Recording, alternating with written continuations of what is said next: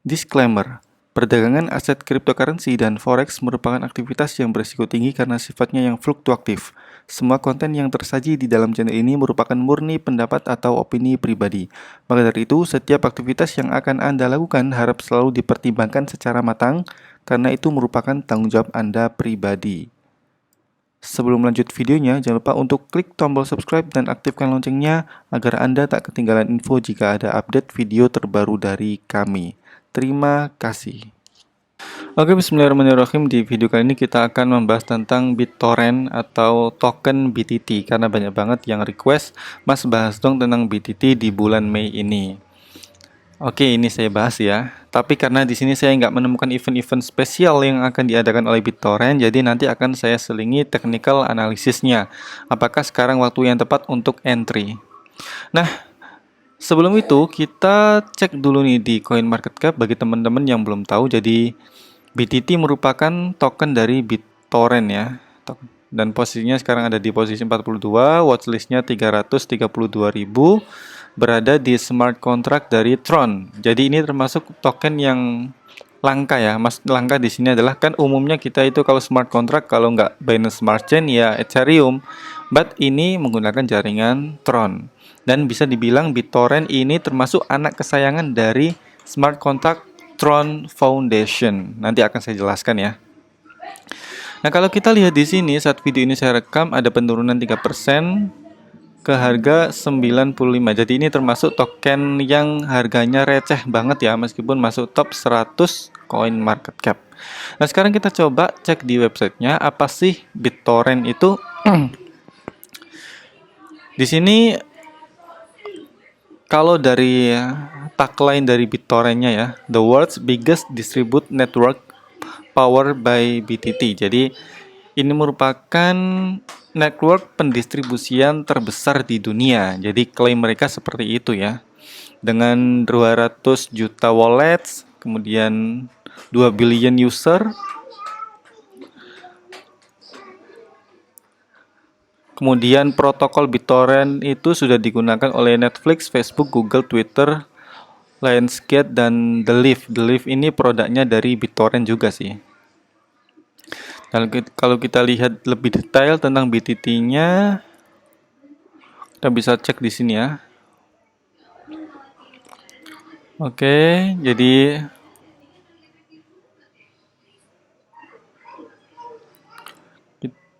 tokenizing the world's largest decentralized file sharing protocol. Jadi kuncinya di sini file sharing protocol. Jadi semacam kalau teman-teman tahu itu ada namanya Dropbox, kemudian Google Drive, Ice Drive gitu ya. Itu semacam media di mana kita itu bisa sharing file secara online. Tapi di sini yang membedakan dengan file sharing seperti pada umumnya kayak Google Drive itu kan menggunakan hosting ya. BitTorrent ini menggunakan teknologi blockchain yang diklaim memiliki kecepatan yang lebih bagus. Get fastest download speeds. Jadi ada klaim dari faster download speeds karena menggunakan teknologi blockchain ya. Nah, sekarang kita coba lihat di bagian Twitternya. Jadi kalau dilihat dari Twitternya sih nggak ada event-event spesial ya. Bahkan di Twitternya ini lebih cenderung ke retweet. Dia itu meretweet tulisan-tulisan dari Tron Foundation dan juga si Justin Sun. Nah, itulah yang menyebabkan BitTorrent ini kurang mandiri kalau menurut analisa saya. Karena BitTorrent ini bisa dibilang harganya naik itu karena dipump oleh Tron Foundation dan juga si Justin Sun. Siapa sih Justin Sun? Justin Sun ini adalah founder dari Tron Foundation. Nah, Tron Foundation dan Justin Sun ini sering mempromosikan token BTT ini sehingga harganya bisa naik. Dan banyak sekali pakar cryptocurrency yang memiliki pandangan bahwa andaikan Tron Foundation dan juga Justin Sun berhenti mempromosikan BTT akan dump atau harganya akan turun parah. Itulah yang menyebabkan saya tadi bilang kalau nggak ada event-event spesial, BitTorrent ini ya nggak spesial. Meskipun secara teknologi itu unik ya. File sharing protokol dengan menggunakan teknologi blockchain. Nah, kalau kita lihat di sini, Justin Sun ini kalau di Binance itu seperti CZ ya. Dia itu maskotnya dari Tron Foundation. Jadi setiap dia nge-tweet itu banyak sekali yang retweet sehingga mempengaruhi harga BTT. Nah, BTT itu salah satu token kesayangan dari Tron Foundation ya, sebagai blockchain yang memiliki kecepatan terbaik untuk saat ini. Jadi kalau ditanya secara fundamental bagus gak mas untuk BTT? Fundamentalnya bagus, cuma ini ya, untuk BTT-nya sendiri itu kurang jago dari segi marketing produk mereka kalau saya lihat ya. Sehingga BTT ini bergerak karena dukungan dari Tron dan Justin Sun. Kalau Tron dan juga Justin Sun ini berhenti mempromosikan BTT, kan tentu ya produk dari Tron dan Justin Sun ini banyak ya. Andaikan suatu saat dia berhenti mempromosikan BTT, koar-koar BTT ya bakal terjadi penurunan harga dari BTT. Itu ya kekurangan dari BTT kalau saya lihat. Nah, sekarang kita coba di technical analysisnya ya. Ini kita buka di trading view ya untuk BTT USDT. Nah, di sini kita menggunakan time frame 4 jam karena di sini kita mencoba untuk menganalisa teknikal untuk 1 bulan Mei ini ya. 1 bulan Mei gimana pergerakannya? Kalau kita amati di sini sesuai dengan indikator yang saya gunakan EMA 21, 34 dan 90. Jadi di tanggal 10 Mei kemarin itu ada terjadinya crossing 3 indikator ini. Artinya karena terjadi crossing di saat itu ada penurunan parah. Nah, ini terbukti selama 2 hari ada penurunan ya ini ya. Dari tanggal 10 dan tanggal 11. Dan sini sudah diberi tanda dengan crossing 3 indikator. Kalau kita lihat, kita coba ukur ya sini ya. Turunnya itu berapa sih?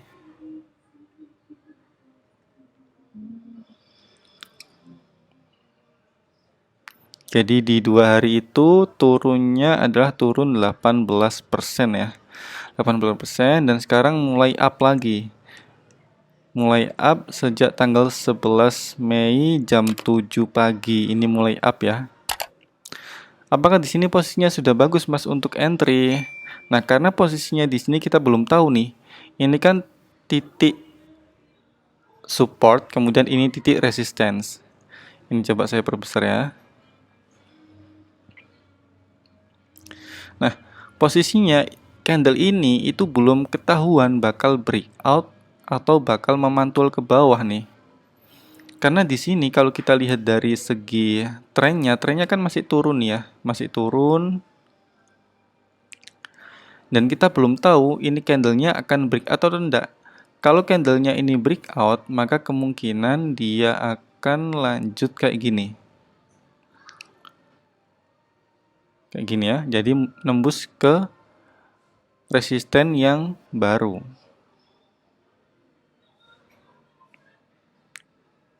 Kayak gini ya, jadi dia akan naik untuk menembus ke resisten yang baru. Tapi kalau dia nyatanya dia memantul, maka dia akan cenderung ke area support ini lagi. Jadi modelnya itu kayak ini ya, bentuk V kayak gini. Nah, dia bisa aja kayak gitu lagi. Jadi setelah dia terkena titik resisten, dia akan memantul. Ini kan belum jelas nih, belum jelas bakal breakout atau enggak. Jadi saran saya kalau teman-teman yang ingin mengambil entry sekarang ini, itu